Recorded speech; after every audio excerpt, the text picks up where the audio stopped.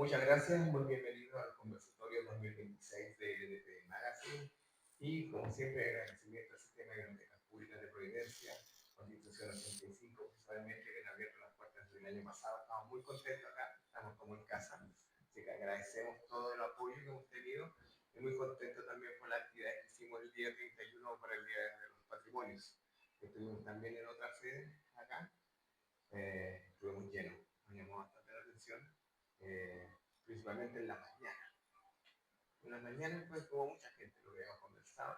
En la tarde decayó el público, pero lo que en la mañana fue un público bastante flotante, especialmente la actividad que hicimos con SPAC Chile, con la Fundación Japonesistas y también con todas nuestras editoriales invitadas que tuvimos. Hoy día vamos a empezar a abrir los juegos de estos conversatorios 2027 con un tema que es bastante interesante, que Cata nos propuso, que justamente es referirse a los amores, pero un amores distinto, ya que se nos viene el día de los enamorados, amores, desamores, embrujos y otras cosas más de nuestra historia chilena. Y para eso, un fuerte aplauso para nuestra querida Cata, que la vamos a dejar solita aquí, para que se encargue de todo. Sí. Hola, muy buenas tardes. Me disculpan si no me paro, generalmente yo estoy siempre moviéndome, pero vengo de una larga caminata y todavía me queda mucho más. Soy Catalina Choff, de Rincón Patrimonial Chileno, Rutas con Historia. Me dedico a hacer rutas turístico-patrimoniales, no matrimoniales, patrimoniales, ya por distintos lugares de Santiago, fuera de Santiago también, y son rutas temáticas siempre. De hecho, hoy día tenemos Viernes 13, un conjunto de historias de leyendas, supersticiones y cosas así, con aporte voluntario para que sea al alcance de todos. Pero para ustedes traigo algo especial, ya que vamos a estar en víspera del Día del Amor y la Amistad. Vamos a hablar de mujeres que tienen una historia de amor, porque también se viene el tema de marzo, que es el Día de la Mujer. A ver si también tenemos algo preparado distinto a lo que voy a presentar hoy. Uno de los primeros amores de los que tenemos que hablar, y aprovechando la instancia de que estamos de aniversario en la ciudad de Santiago, es Inés de Suárez y Pedro de Valdivia. Es inevitable hablar de ellos ya, pero no son, hay que aclarar una cosa.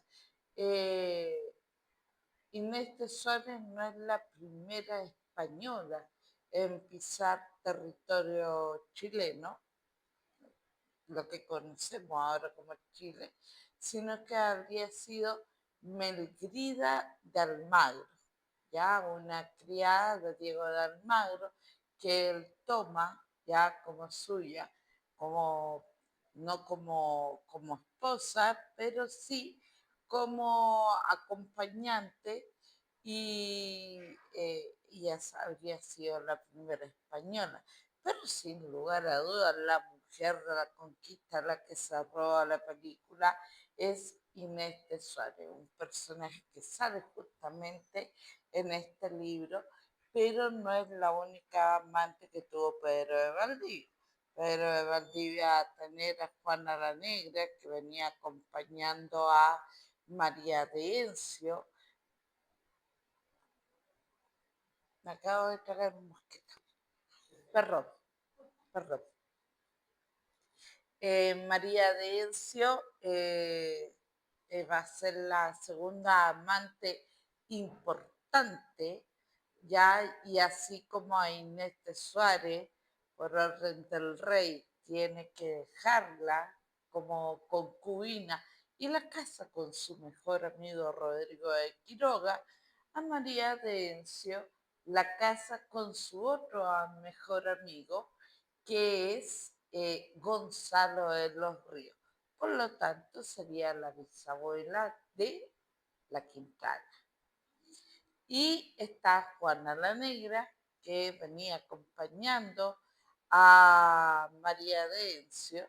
María de Encio es una mujer con una belleza espectacular, trigueña, la mezcla perfecta entre el palio español de ojos claros y una chica, ya que su madre había sido esclava afrodescendiente.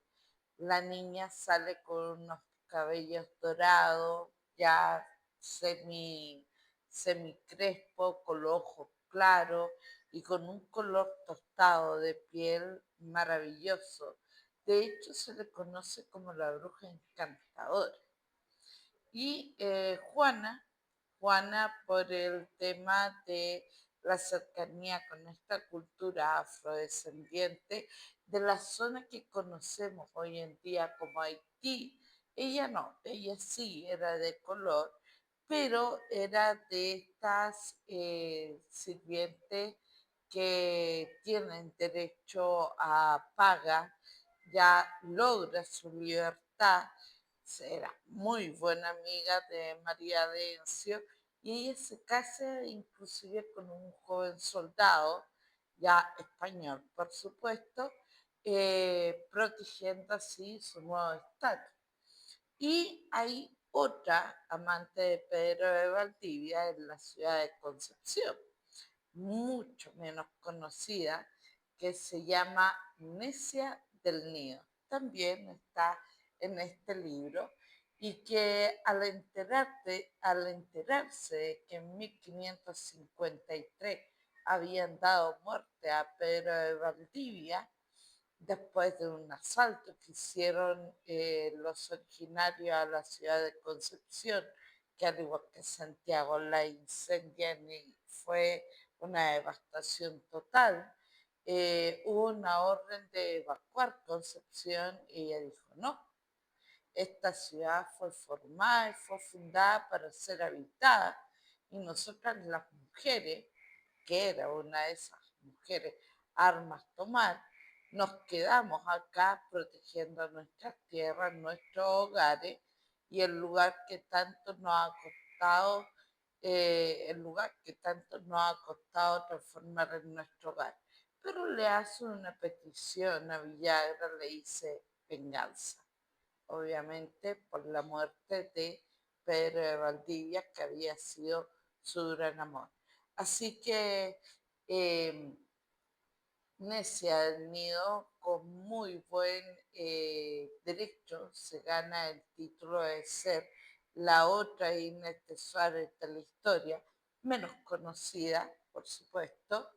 La historia es un poquito injusta con algunos nombres, pero se lo gana porque fue una mujer que también hizo mucho por la conquista de Chile para que llegáramos a ser lo que somos hoy en día.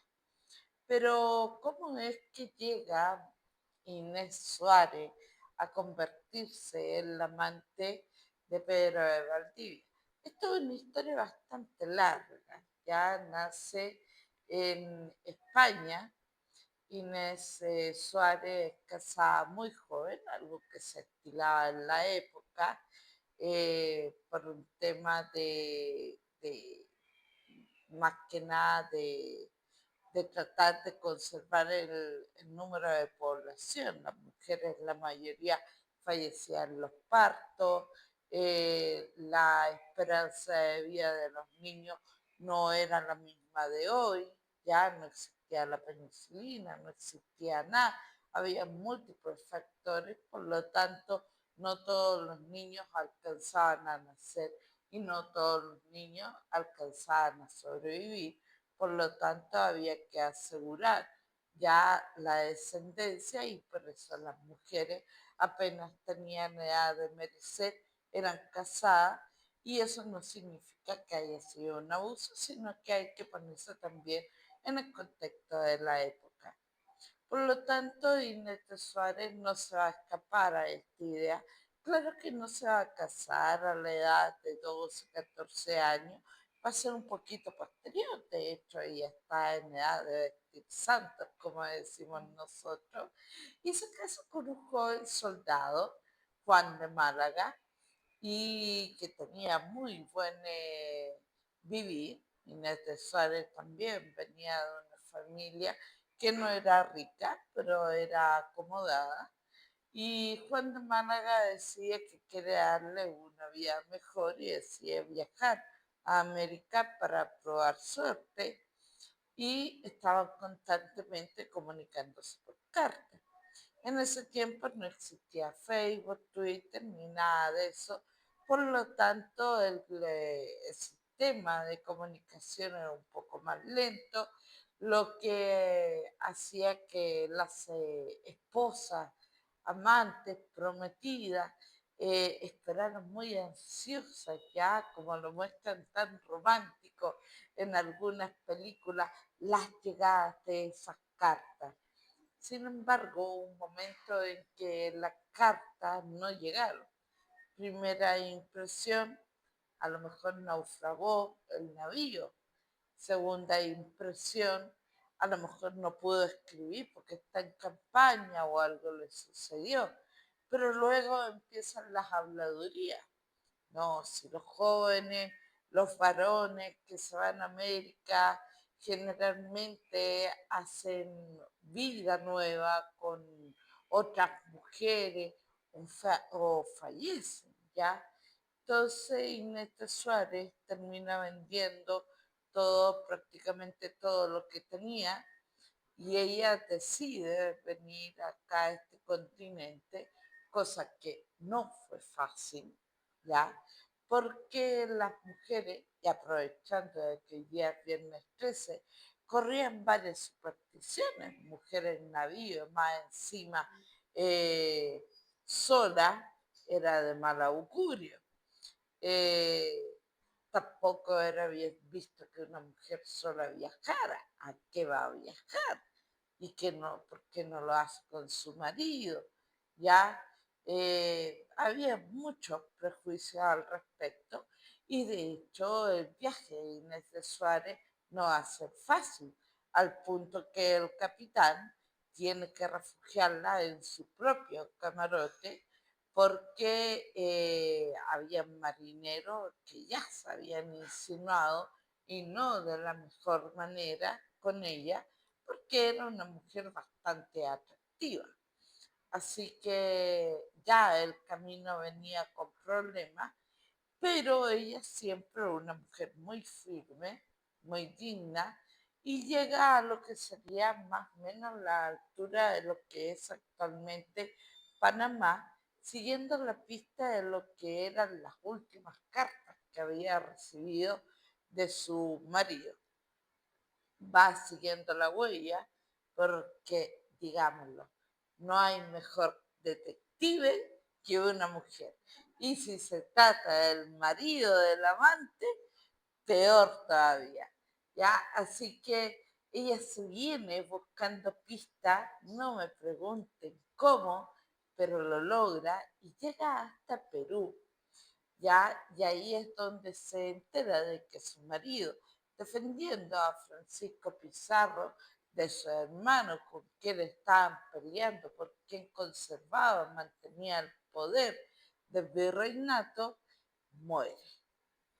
Juan de Málaga entonces la deja viuda, pero ella ya había agotado todos sus recursos y volver a España era algo imposible. Por lo tanto, ¿qué puedo hacer? No podía vivir mendigando, estaba sola, va y ella muy parada, lilastra, como decimos nosotros, va y se presenta delante de Francisco Pizarro y le dice, señor, mi marido le sirvió, yo lo dio por usted, yo necesito cobrar mis derechos. Y logra que le den una encomienda. Da la casualidad de que esta encomienda va a ser vecina a los del maestre de campo de don Francisco Pizarro. Con ese dato ya podemos definir de que el cargo de maestre de campo era el más alto rango que podían tener en ese tiempo los varones. Y Y con esa edad, como les digo, la encomienda no era menor. Buen terreno, fértil, con una buena dote de hombres y mujeres a su servicio, ya, y una casa habitación digna de la mujer, de lo que se podría considerar un héroe de guerra. Y bueno, al lado el maestre de campo. Y adivinen quién era el maestre de campo. Don Pedro de Valdivia.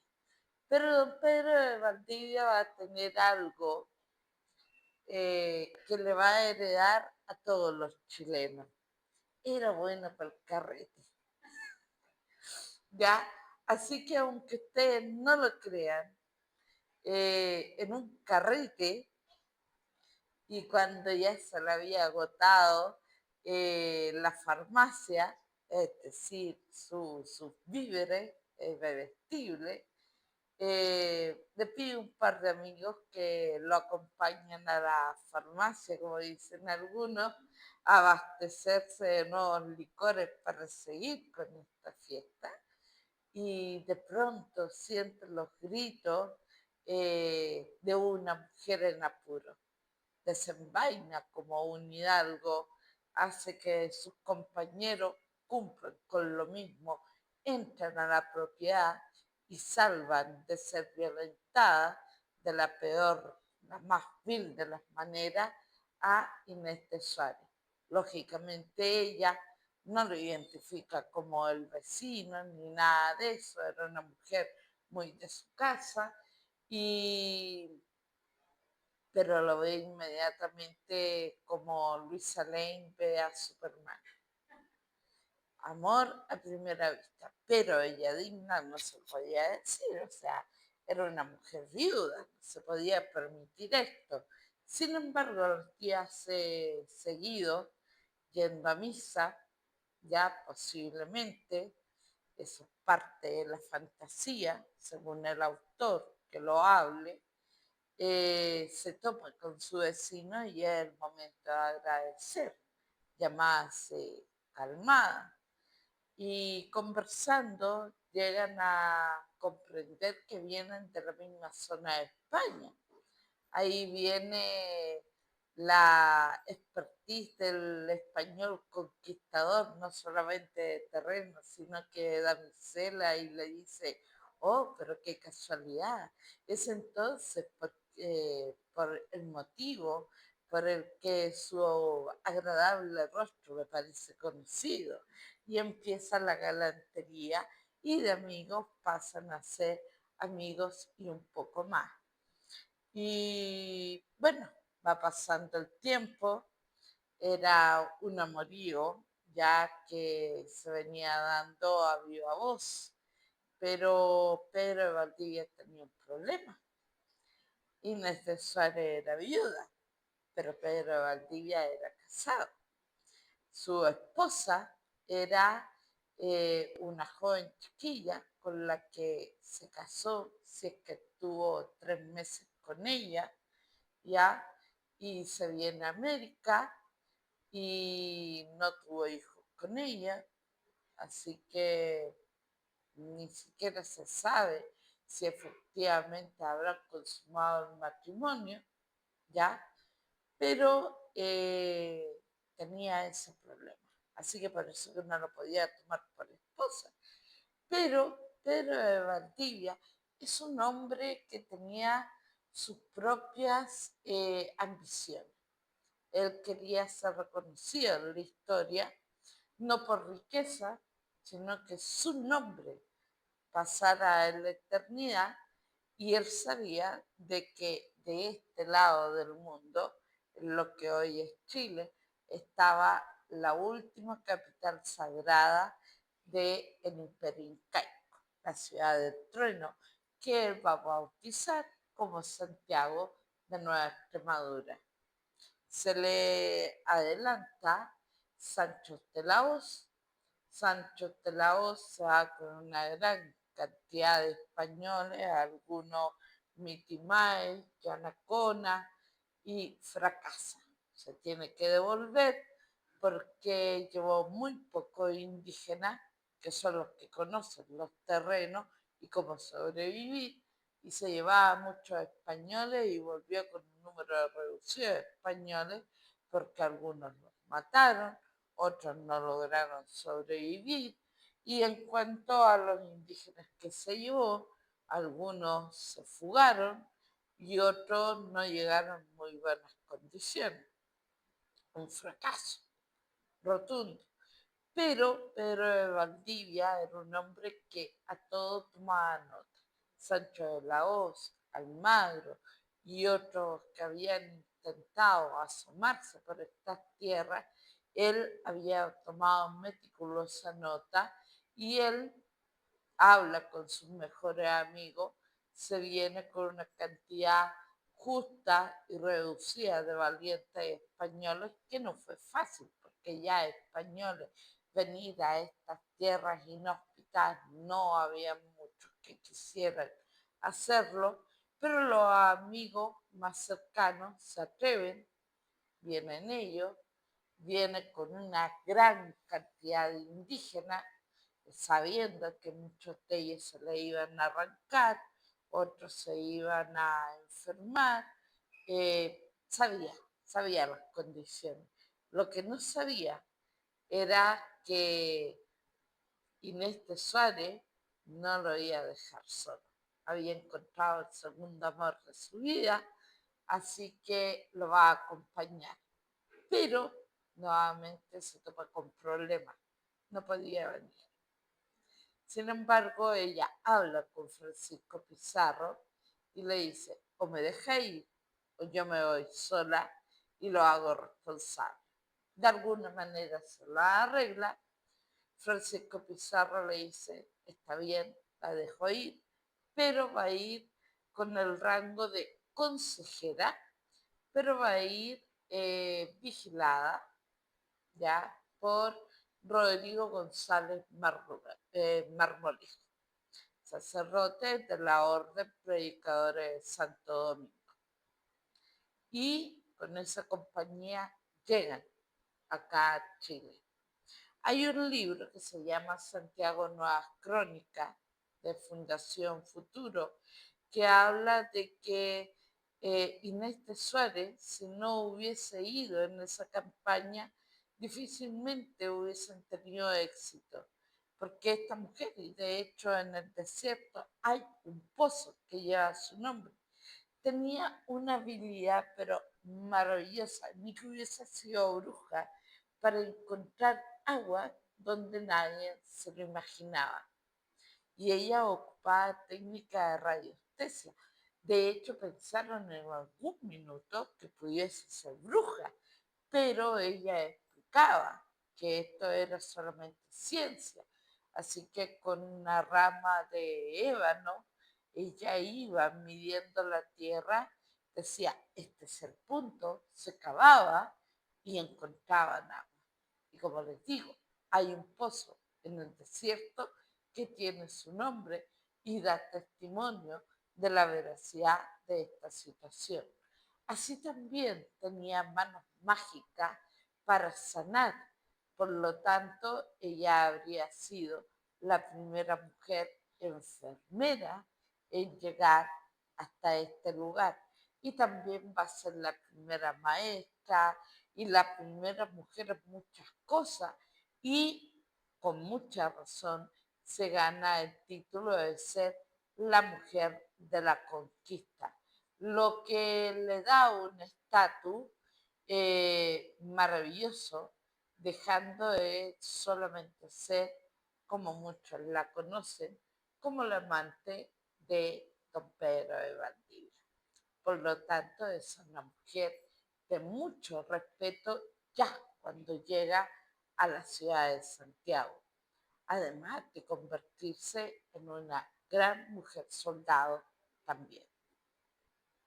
El tema es de que este amor, eh, así como en Perú, que al final la cerca de estos sitios colindantes tenían un pasillo ahí para no ser tan evidente el paso de una visita a otro lado. Acá en Santiago pasó exactamente lo mismo. O sea, el rey de España le dice, señor, usted es adelantado, es gobernador, pero si no se trae a su esposa legal, le vamos a quitar el cargo. Pero de Valdivia no lo podía permitir.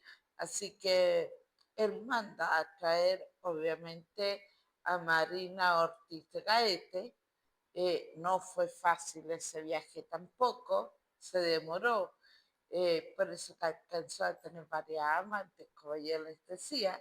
Bueno, el hombre no perdía el tiempo, ya, pero a Inés de Suárez, como no podía seguir viviendo con ella, le entrega terreno, ya, terrenos vecinos a lo que era la casa del gobernador en ese tiempo, que es el solar que ocupa hoy en día parte de sus terrenos Correos de Chile. ¿Y cuál es el terreno que le entrega a Inés de Suárez? Donde está actualmente el edificio del Cuerpo de Bomberos de Santiago. Ese edificio que parece casi una iglesia roja que da en la esquina del puente con Santo Domingo, ese era el solar de Inés de Suárez, antes de ser casada con Rodrigo de Quiroga, que vivía 2 calles más hacia, bien digo, 2 calles o 2 cuadras más hacia el oriente, ya al nororiente de lo que es la Plaza de Armas. Por lo tanto, estos dos pillastrines se comunicaban por una puerta que tenían que comunicaban sus patios traseros. Así que, pero no falta la vieja bisagra que siempre está acusando. Así que obviamente va a tener que finalmente casar a Inés de Suárez con Rodrigo de Quiroga, ¿ya?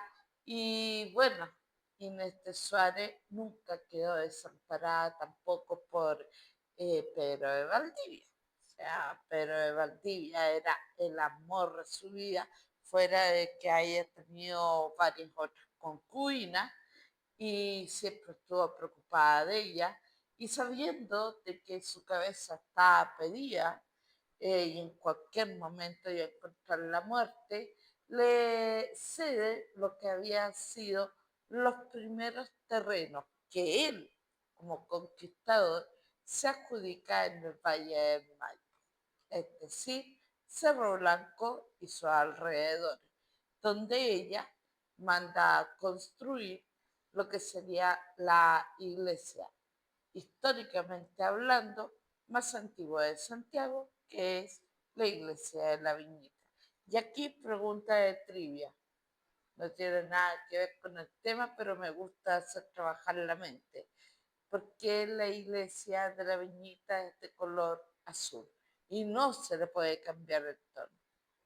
Dicho esto, sigo con el relato porque Pedro de Valdivia casa a Inés de Suárez. En el entretanto ya tenía a Necia del Nido en Concepción, en Moipillo, pero había que buscar plata también para las campañas. Lo que venía desde España no era suficiente, así que de vez en cuando tenía que viajar a Perú a buscar otros recursos, ¿ya? Y es en esos viajes que va a conocer a Juan de Encio. Juan de Encio era un español muy bien posicionado, con una fortuna interesante, que había tenido amoríos con una de sus esclavas y tiene como hija a María de Encio. María de Encio, le digo, era preciosa, lo que dicen las crónicas, y él logra pagar para poder reconocerla como su hija y la llevaba. A donde él iba con su hija.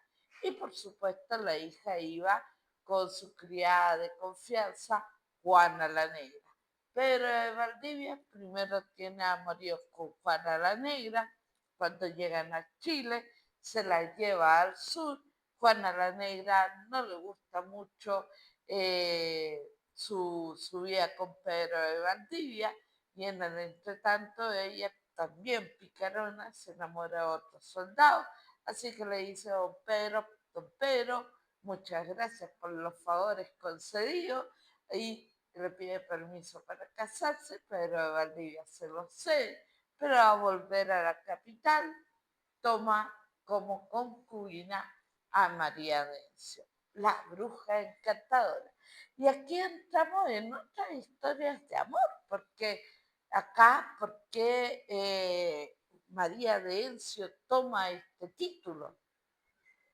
Y es porque María de Encio, como se crió entre esclavos afrodescendientes, ya de la zona de lo que sería hoy en día más o menos Haití, ya República Dominicana, eh, ella aprendió mucho de mancia, de distintas tipos de mancia.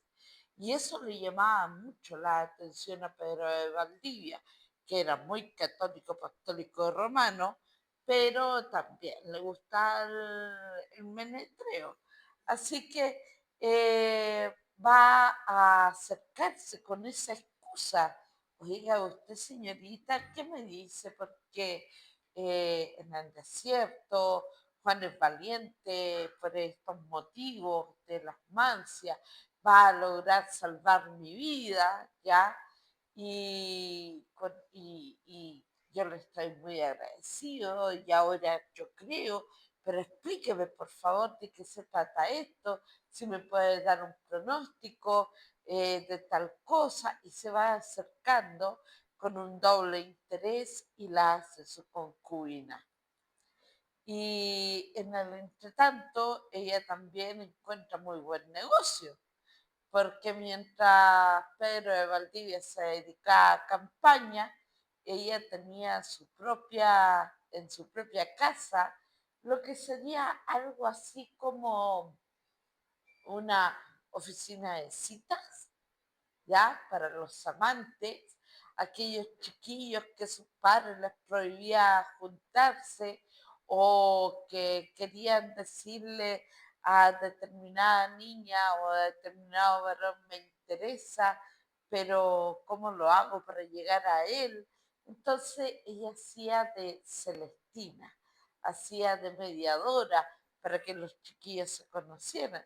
Y en tiempos de la conquista y también la colonia, en los terrenos que siempre han servido para el comercio desde los tiempos prehispánicos, los incas, en lo que sería el borde de la cancha incaica de la vereda sur, es decir, donde está el portal Fernández Concha, eso siempre se vendieron verduras, abarrotes, cosas varias, en el tiempo de la conquista, el libro que les puedo recomendar también, Café Literario en Chile, ahí lo mencionan, conquista colonia, estuvieron los primeros cafés, los primeros lugares de consumo de hierbas, mate, infusiones, etcétera, etcétera. Los chicos se sentaban, pero se sentaban a puro vitrinear a las niñas que iban saliendo de la catedral. Y ahí viene también otro tema, que es el lenguaje del abanico, un lenguaje muy español, que rescata mucho en el folclore. Marcos Loyola, también lo pueden buscar allí con Marcot en su legado, que habla cómo funcionaba todo esto del lenguaje del abanico, que según el dedo con que se tocaba determinada varilla, era el día dependiendo de la falange era la hora, etcétera, etcétera, o si estaba o no disponible, es un lenguaje entre simple y complejo, pero muy romántico, y que los varones entendían muy bien. Era como clave Morse que entraba solo y únicamente por la vista y las chiquillas coquetas pasaban, miraban, contacto ocular, inmediatamente a abanico, ya, y después venía la carta, el mensajito, ¿ya? Y esa carta, había pocos personajes que se hacían cargo de eso. Entre esas personas estaba María de Encio.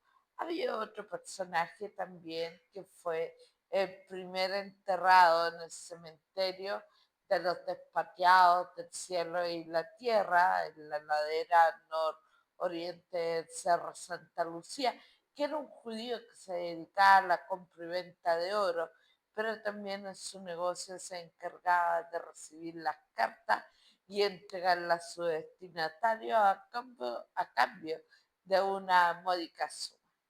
Pero con María de Encio era la cosa más entretenida, porque además si este idílico romance no era correspondido, ella hacía manitreo. Así que la bruja encantadora venía no solamente encantadora por su belleza, sino que también porque encantaba a los varones para que las chiquillas lograran ser correspondidas. Y esto no era algo extraño, porque del otro lado ya María Dencio vivía en la esquina donde está el Paseo Bulnes, de Merced con Plaza de Armas. Ese era su solar. Muy meritorio para Gonzalo de los Ríos, que había sido gobernador, corregidor, alcalde, que había tenido prácticamente todos los cargos, no podía tener otro solar mejor que ese. Su hijo va a tener otro, Gonzalo Los Ríos y Encio, en el mítico esquina de Estado con Agustina, ya al lado de la iglesia de los Agustinos, que es donde nosotros ubicamos la Casa de la Quintala en Santiago. Son dos direcciones que hay entonces de dos Gonzalos distintos que a veces la gente se equivoca, pero aclaran la situación ahora. Pero como les decía, en la cuadra siguiente estado está Ahumada y está el solar de la familia Ahumada, la calle que conserva su nombre desde época de la conquista y que nadie puede cambiarle el nombre, porque tenían tanto dinero esta familia que don Juan de Ahumada paga ya y pone en su testamento de que esa calle no le cambien el nombre por ser él el primer vecino y uno de los hombres más poderosos de ese tiempo. Tanto así que la familia Ahumada en 1647, el 13 de mayo, cuando es el gran terremoto, se llama a Cabildo Abierto con el Cabildo Mayor, que era la gente de más alto poderío económico principalmente, y llega don Juan de Ahumada, llega gente de congregaciones y dicen, no, Santiago no se reconstruye en otro lugar, se reconstruye acá. Y él se pone firme. Y es por un tema de los terrenos, o sea, se abandonaban Santiago, perdían valor los terrenos que habían adquirido y las congregaciones perdían ingresos también, porque al reconstruirse Santiago en otro lado, donde estaban sus monasterios, quedaban sin vecinos, sin feligreses que fueron a dejar su día, entre otros recursos económicos que tenían. Así que Juan de Ahumada era un personaje importante y él tenía una hija, Beatriz de Ahumada, que es conocida como la otra Quintrala de la historia. Y aquí, entre bruja y bruja encantadora, pasamos a este interesante personaje. Beatriz de Ahumada no va a ser bruja, pero entre todas las mujeres españolas e hijas de varones españoles que las inscribían como española, todas eran católica, apostólica y romana, iban a la iglesia, pero adentro de la casa a ninguna que tuviese servidumbre le faltaba la brujita a su servicio. La Quintana, historia conocida. Beatriz de Ahumada tenía, la madre de ella, su propia bruja, como muchas otras mujeres, como les digo, de esa época, y hacían consultas. Para colmo de males, Beatriz de Ahumada, una jovencita de unos 15 años, era muy amiga de Catalina Lisperger, la mamá de la Quintana. Y Catalina Lisperger era un poco mayor a Beatriz, pero hacía muy buenas migas y a pesar de que tuvieron una pelea de aquella por temas, por temas de moda en realidad, venían saliendo, esto lo voy a contar muy breve, venían saliendo de la catedral, lo que era la catedral en ese tiempo, que era un desfile de moda en ese entonces. Beatriz le gustaba, como hija de un gran hombre importante, lucir las mejores caras. Catalina Lisperger nunca se quedaba atrás y viendo de que la competencia era ruda, porque tampoco los vestidos era llegar, ir al mall y comprarlo. Entonces la competencia de los trajes era brava. ¿Cómo hacerse los trajes? ¿Con qué irá a llegar ahora? El ropero era limitado, ya se conocían todos. Y aquí entra el tema del espionaje en moda. Mandaban una sirvienta con qué va a ir este domingo. Y no, va a ir con el traje de tal color, qué sé yo. Ya decía Catalina. Y un día llega con sus mejores calas, ya Beatriz a la catedral. Y Catalina Lisperger se había mandado a hacer, para no ser menos, un traje casi idéntico al de Beatriz. En ese tiempo ya tenían quemadísimo al obispo, que era Rodrigo González Marmolejo, porque cómo es posible que mujeres, por mucho dinero, por mucha alcurnia que tuvieran, llegaran tan alajadas. O sea, lo que correspondía era que las mujeres llegaran lo más sobria posible a la casa de Dios. Las mujeres hacían todo lo contrario y llegan casi idénticas vestidas. Esto es como matrimonio en que llegan dos mujeres vestidas igual y se odian a muerte. Ese día se me chonearon de una manera increíble. Pero como buena historia de curado, terminada la pelea, que salió de las puertas de la catedral, inclusive se me chonearon, todas despeinadas, a los días después se les ve muy amigas paseando por las calles, como si nada hubiese pasado. Pero así como compartían pelea y compartían amistad, un día Beatriz le dice: estoy enamorada de un soldado, pero este soldado tiene un problema, el vicio del opio y del alcohol y las mujeres. Ya me dice Catalina Lisperger, ¿has hecho algo? He hecho de todo con la bruja de mi madre, pero no funciona. Todo me está fallando. Ah, no te preocupes, yo voy a llegar con mi ñaña y con mi ñaña, entre mi ñaña, la tuya y yo vamos a hacer una aquelarre, una triada. Lo vamos a hacer en tu casa y empezaron, esto era todo un ritual. Se consiguieron algunas hierbas, qué sé yo, y empezaron a tejer el plan perfecto.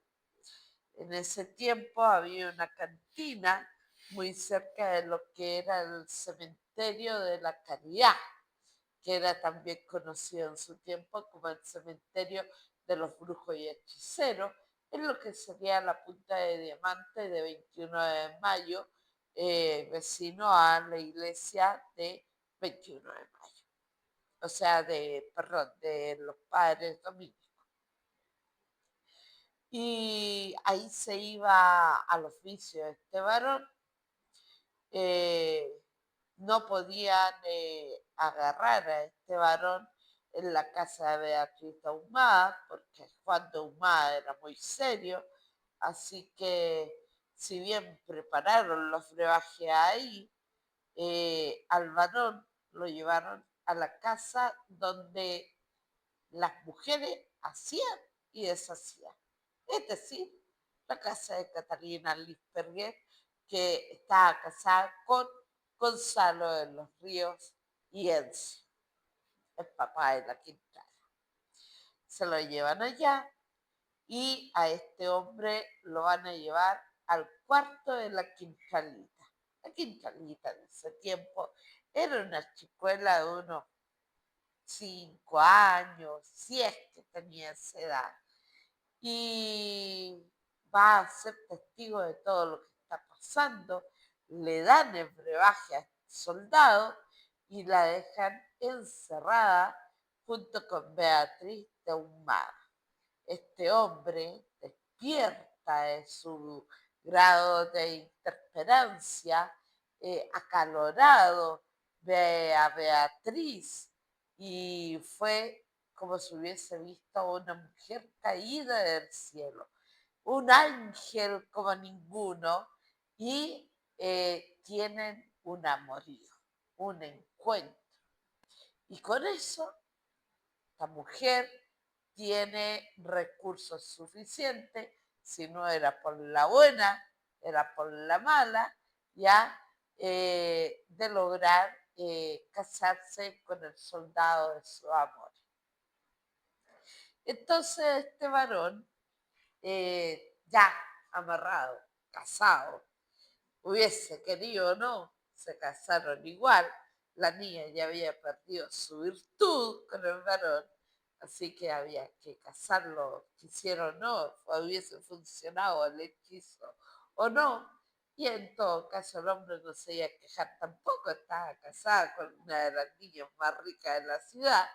Empiezan a convivir. El tema es que habían ocupado la cama de la Quintalita. Y la Quintalita nunca perdonó eso.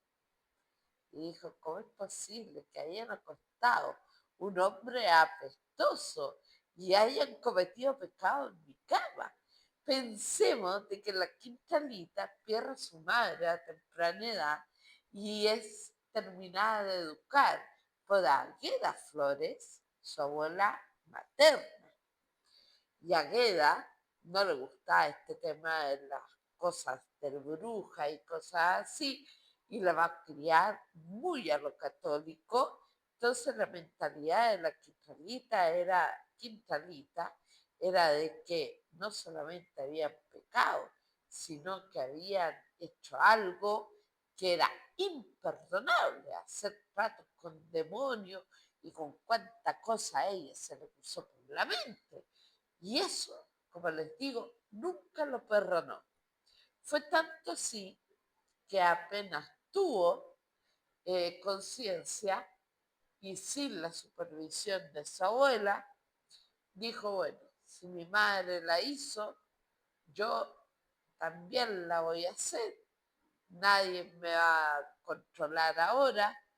Quiero venganza por haber ocupado, mancillado mi cama. Y lo que va a hacer esta chica malvada es tratar de matar al hombre que había ensuciado su cama. ¿Y cómo lo hace? Con otro hechizo. La chiquilla que había sido rescatada de las garras de su madre por su abuela, termina haciendo lo mismo. Hechicería. Jovencita, ella estaba practicando lo que conoceríamos nosotros como vudú. El joven soldado, que ya no era tan joven, que se había casado con Beatriz Ahumada, había recibido una flecha con algunos tóxicos en el muslo y su pierna estaba gangrenándose en el hospital San Juan de Dios, que ya existía en esa época. La familia desesperada porque los médicos no podían encontrar una solución, recurre a la brujería. Y la bruja dice, esto es un acto de hechicería, pero de alguien poderoso. Para encontrar quién lo hizo, hay que buscar una lagartija, la más grande que encuentran. Buscan la lagartija, la clavan en un tablero y a la primera extremidad que se suelte, incluyendo la cola, vamos a ver qué señal nos entrega el destino. Suelta la cola, un líquido por ahí sale, lo interpretan como la Quintana y no se habían equivocado. Llegan hasta la casa de la Quintana y le dice, ¿qué hiciste, chiquilla malvada? El padre, enojado, dice, ¿cómo es posible que estén acusando a mi hija?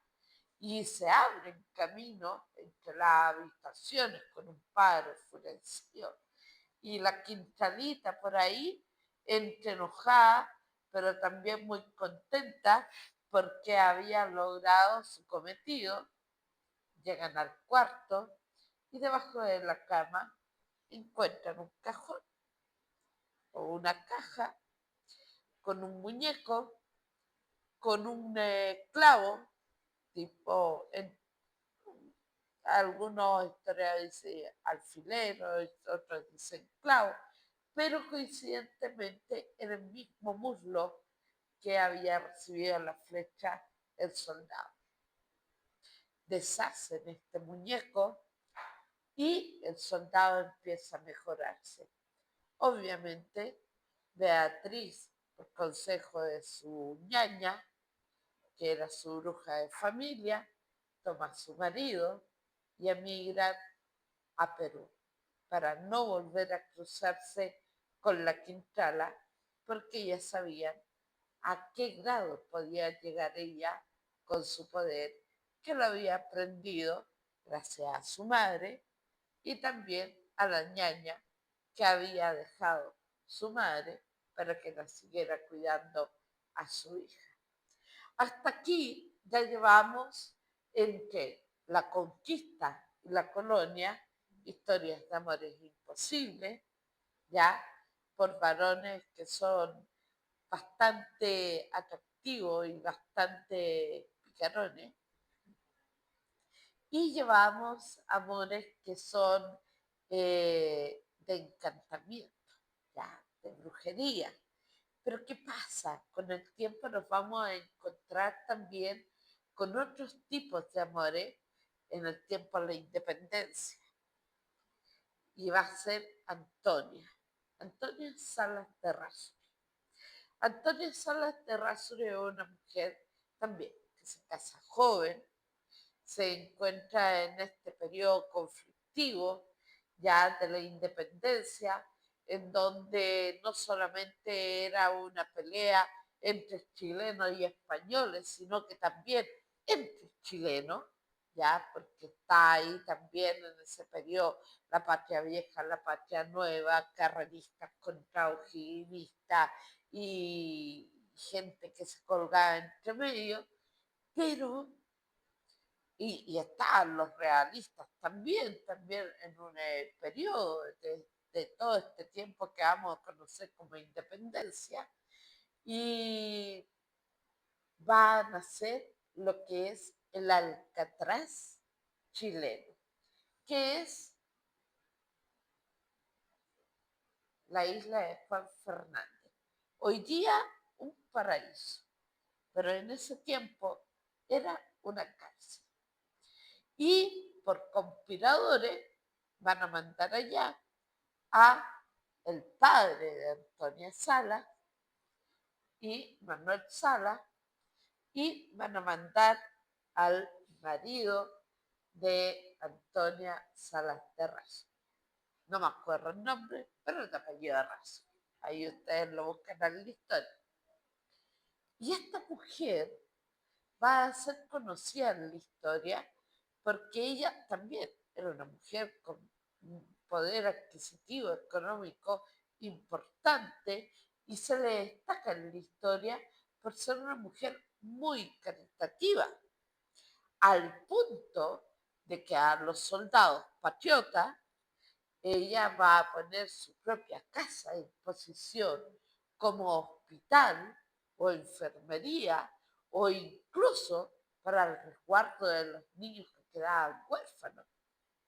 Y ella misma hacía las veces de enfermera muchas veces. Pero también va a tener un valor agregado y que esto la destaca por sobre todas las otras mujeres. Se transforma en una de las primeras mujeres espías de la historia. ¿Por qué? Teniendo a su padre y a su esposo, el Juan Fernández, ella le mandaba cartas. Y estos hombres no habían sido mandados allá por bandidos, por criminales. Habían sido mandados allá por conspiradores. Entonces, la manera de poder seguir dando instrucciones y dando su parecer era a través de cartas. ¿Y cómo mandar esas cartas? ¿Y cómo saber lo que estaba pasando efectivamente acá? Y era a través de su hija.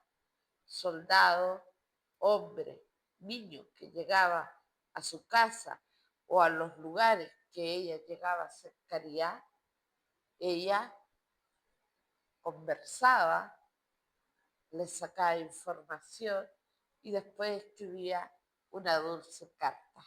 Querido padre o querido esposo, quisiera contarles lo que ha sido de mi vida y les iba contando. Claro, las cartas eran interceptadas y eran las de una mujer que le escribía a su padre o una mujer enamorada que le escribía a su marido. Pero las cartas eran total y absolutamente eh, encriptadas y con un código que solamente ellos podían descifrar. Así que se transforma en una de las primeras mujeres espías de la historia.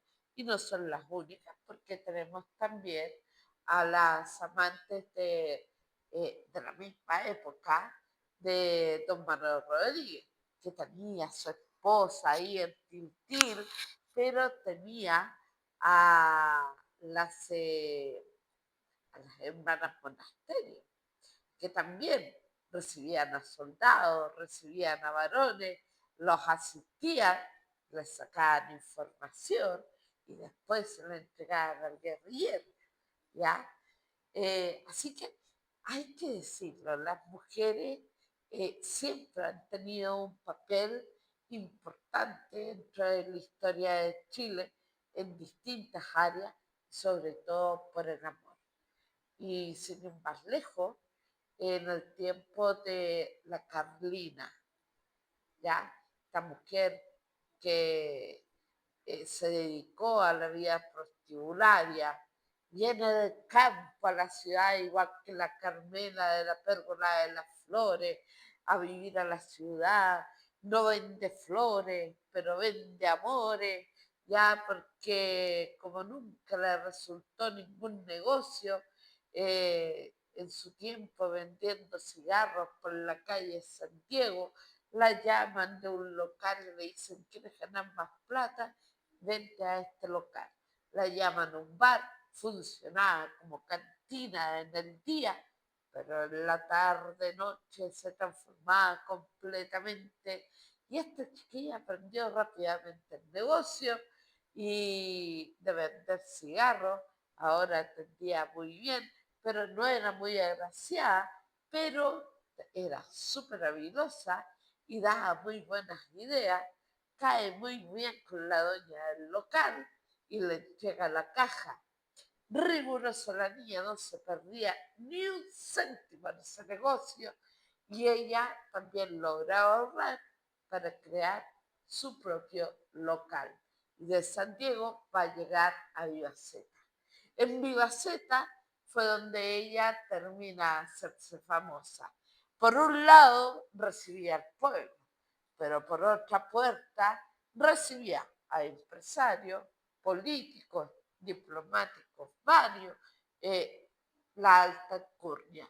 Y ella va a ser una de las primeras en incorporar no solamente a cariñosos y cariñosas, ya dentro del menú, porque también ella era como un festival de las geishas, ya porque ella presentaba la mesa, los varones servían, eran los mismos meseros, hacían espectáculos teatrales, esa era la perfecta vitrina, entonces los comensales, los visitantes decían, ¿sabes qué me interesa el actor o me interesa esta mesera? ¿Hay posibilidades? Claro que sí. Desea reservas, por supuesto, ya muy estilo geisha, ya a pesar de que las geishas no se dedicaban a la vida sexual, todo lo contrario, para eso están otras mujeres, pero ustedes me entienden la idea. Y después va a incorporar a los trans, y eso fue ya, pero algo totalmente nuevo para la gente que tenía gustos distintos y ya tenía una hoja de vida bastante ennegrecida. Había vecinos que no les gustaba este espectáculo. Ella también tenía problemas de impuestos. Estamos hablando de los años de la Carlina, gobierno de Alessandri. Estábamos a las puertas de una guerra con Perú, de la cual los chilenos ninguno se enteró. Pero ¿saben por qué nadie se enteró? Porque había que evitar esa guerra a como dé lugar. ¿Y cómo lo hizo? Alessandri manda a llamar a la Carlina a su oficina. Dice, señorita, venga para acá. Le limpia su hoja de vida. Empieza de cero. Aquí nadie ha visto nada.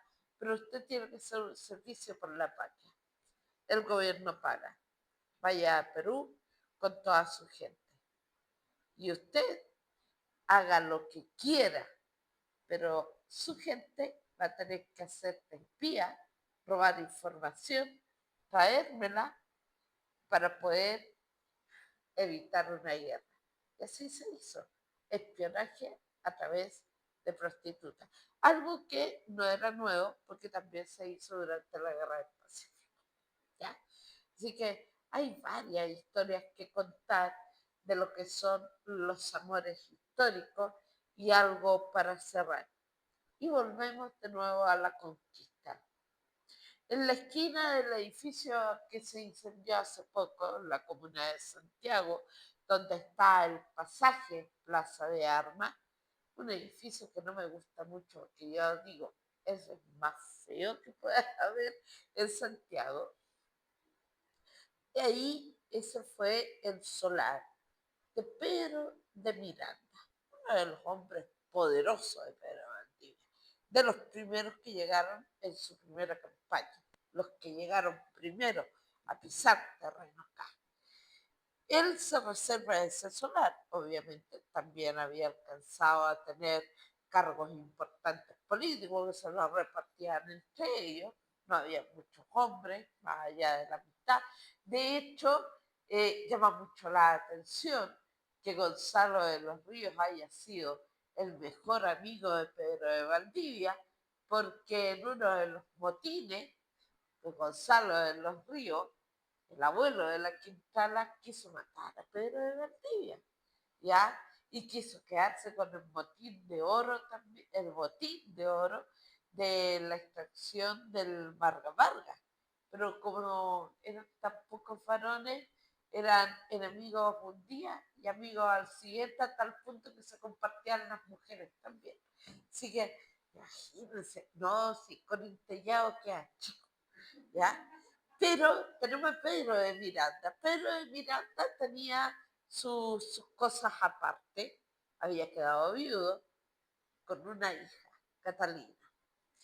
Y él contrae segunda nupcia con una hija, con una señora, una viuda también, de otro conquistador de nombre Esperanza, una mujer joven, que no había alcanzado a tener hijos, pero sí tiene hijos, o sea, que logra quedar embarazada, por lo tanto se deduce que tendría entre unos 20 y 30 años de la época, logra quedar embarazada de Pedro de Miranda y ella se transforma, por ende, también en la madrastra de Catalina.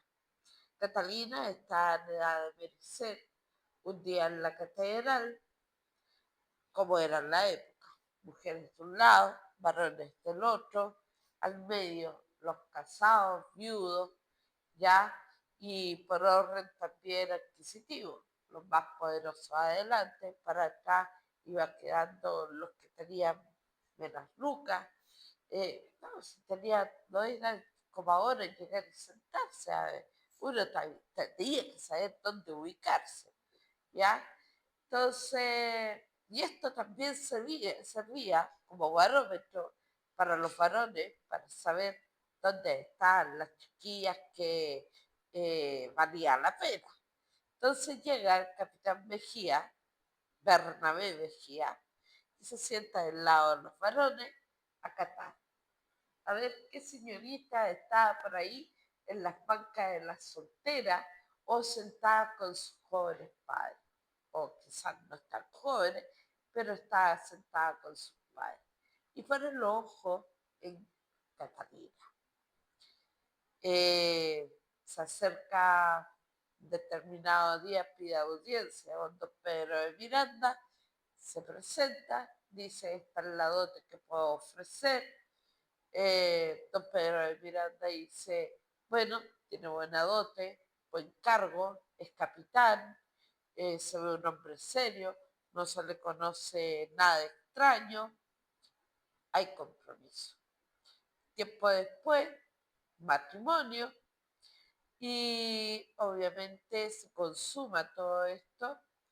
Ya la señora Esperanza había anunciado que tenía su embarazo, y cuando llega Bernabé de una campaña en el sur, le toca el turno a Catalina de decir, mi amor, estoy embarazada. Bernabé dice, bueno, nosotros consumamos, pero yo inmediatamente me fui de campaña y si no es mío, y ahí vamos a descubrir que este hombre era un celópata.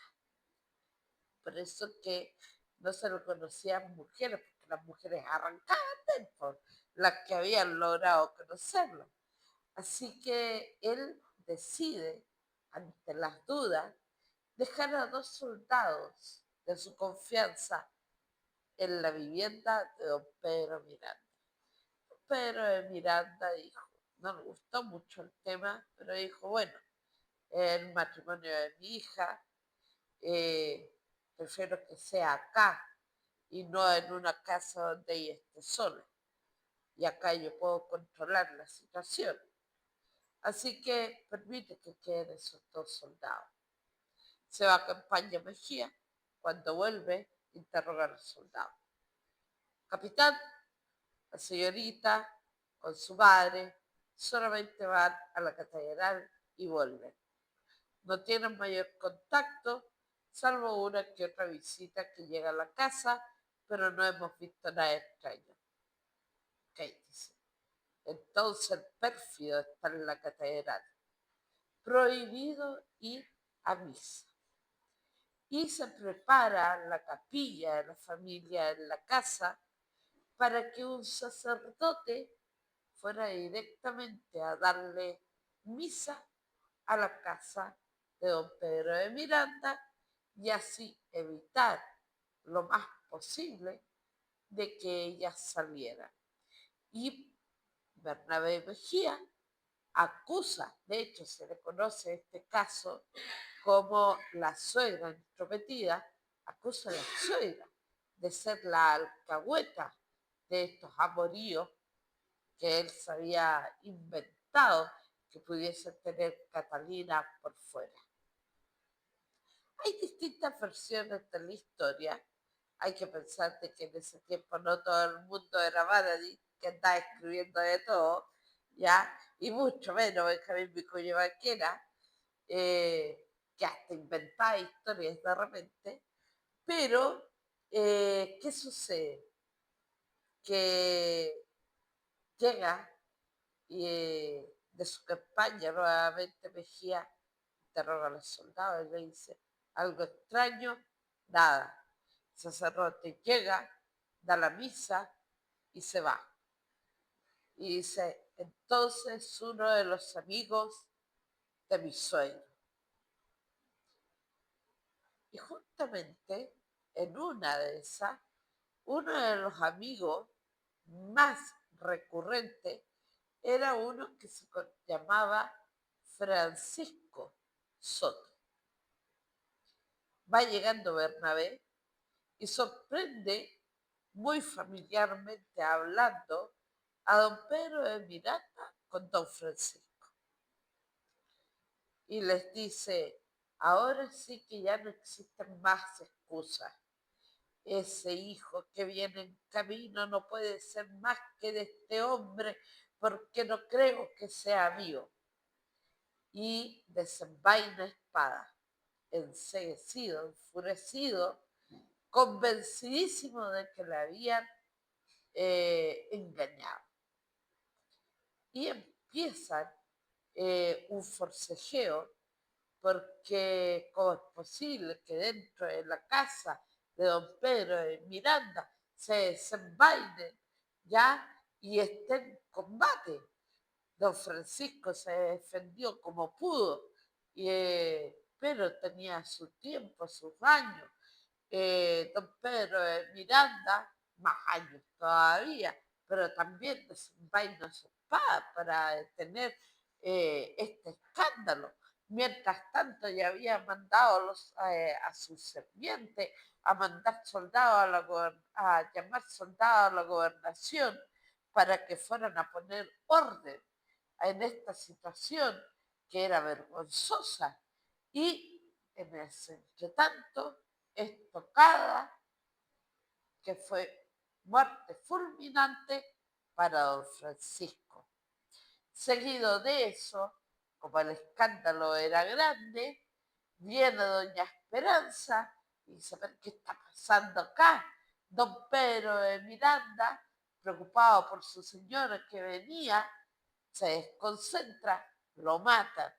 La señora Esperanza, ahí ya llevamos dos muertes, la señora Esperanza dice, pero ¿cómo es posible que hayan matado a estos hombres? Y va a reclamarle y en un accidente, porque no recibió estocada alguna, sino que habrá resbalado, quizás qué cosa, ella se golpea fuertemente en la cabeza y fallece. Embarazada, no había salud como la que hay hoy en día, obviamente fallece la madre y fallece la criatura que venía en el vientre. Ya llevamos 4 muertes.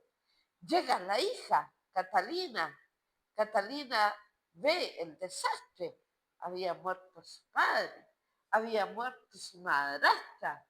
Ve a Mejía encolorizado, que se iba acercando a ella. Los soldados venían llegando, los sirvientes no sabían qué hacer porque habían muerto sus amos, que era solamente Catalina, a quien le hago caso, y Catalina encuentra la muerte también resbalando en la sangre que había sido derramada. Y obviamente la misma suerte de su madrastra. Muere la madre y muere el hijo que llevaba en su vientre. Hasta ese momento, 6 muertes. Y este caso no solamente se conoce como la suegra entrometida, sino que se conoce como el caso de las 7 muertes. ¿Dónde está la séptima muerte? Y aquí se produce uno de los primeros antecedentes de justicia ciudadana. ¿Qué pasa? Ante el alboroto, los soldados toman a Mejía por orden del gobernador y cuando lo van sacando de la propiedad, Pedro de Miranda, que era un hombre muy querido por la población de ese tiempo, ya estaba en las puertas, como si esto hubiese sido un gran coliseo, esperando qué pasaba con la función. Y ven que van sacando a Mejía. Los ciudadanos no aguantaron, le arrancan a los soldados a Mejía de sus manos y lo arrastran hasta la plaza de armas. Y aquí hay dos versiones. Ustedes elijan. O muere por la paliza o muere desmembrado. Pero hay una versión en que dice de que no es solamente la paliza lo que mata a Mejías, sino que en algún minuto, entre tironeo y todo lo que le llega, alguien dice, tengo un brazo. Y a partir de entonces se transforma todo en una carnicería. Y estos son la otra cara del amor. Los amores imposibles, los amores por encantamiento, los amores en tiempos difíciles, en tiempos de guerra y por supuesto los amores tóxicos. Todo lo prometido para esta charla en víspera de un 14 de febrero. Tengan cuidado si se enamoran para que no les toque algo similar, sino que les toque algo mejor. Muchas gracias. Gracias, Cata. Fantástico, como siempre, tu oración. Nada que decir. ¿Preguntas antes que nos estamos cerrando? Quedé metida con lo de la casa azul. Ah, la viñita. Muy bien. Me gusta cuando se acuerdan de las trivias que les dejo. En ese tiempo no es solamente Pedro de Valdivia, todos los soldados y mujeres también acostumbraban viajar con figuras religiosas. Pedro de Valdivia lo sabemos, venía en el cinto con una virgencita a la cual él acá en Chile bautiza como la Virgen del Socorro, porque llega con el socorro después del asalto de Michomalonco el 11 de septiembre de 1541. Pero Inés de Suárez también venía con su Virgen, que la trajo de Extremadura. La versión de la Virgen más adorada, más venerada en Extremadura es la Virgen Negrita, la Virgen de la Montserrat. Y en una de sus versiones originales, su túnica es de color azul, azul y de manto dorado. Por lo tanto, cuando ella levanta la iglesia, la levanta con el color de la Virgen de la Montserrat, azul. Y este dato anexo, el color azul no existía en Chile. Y es un azul colonial, pero no porque lo trajeran los españoles, así que tampoco viene de Europa. El color azul colonial es netamente americano. Es un azul que solamente sabían hacer los mayas a través de la mezcla de minerales y vegetales. Les gustó tanto este color a los españoles que empiezan a llevarlo consigo, pero era muy difícil de hacer. Por lo tanto, mandar a hacer una cantidad importante de ese azul colonial, que le llamamos nosotros, era muy costoso y para una ermita por muy chiquita que sea, había que traer una buena cantidad. Y eso nos da una señal de la cantidad de dinero que podría haber ostentado Inés de Suárez ya para ese entonces. Así que no solamente fue una mujer que se casó con hombres poderosos, sino que ella personalmente tenía una fortuna bastante interesante. Hay dos datos que se pueden sacar por deducción. Ahora sí, la trivia contestada. Así es. Un aplauso otra vez para Cata. Como siempre, por algo es patrimonio vivo, se considera así se le quiere mucho. Así Muchas gracias. Eso. Y ya vamos a estar en otros conversatorios del LDP. Por supuesto. Y también volvemos en marzo a nuestra programación habitual en nuestro canal de YouTube. Ahí. También nuestro todo lo que Facebook ustedes digan. Así que eso. Esto que yo les he relatado está disponible en ruta. Nosotros vamos caminando por las calles, señalando los lugares donde vivieron los personajes. Y esto corresponde a amores históricos o amores imposibles. Ahí le vamos cambiando, depende de la fecha. No, es como lo acomodamos el título, pero corresponde efectivamente a una ruta que nosotros hacemos.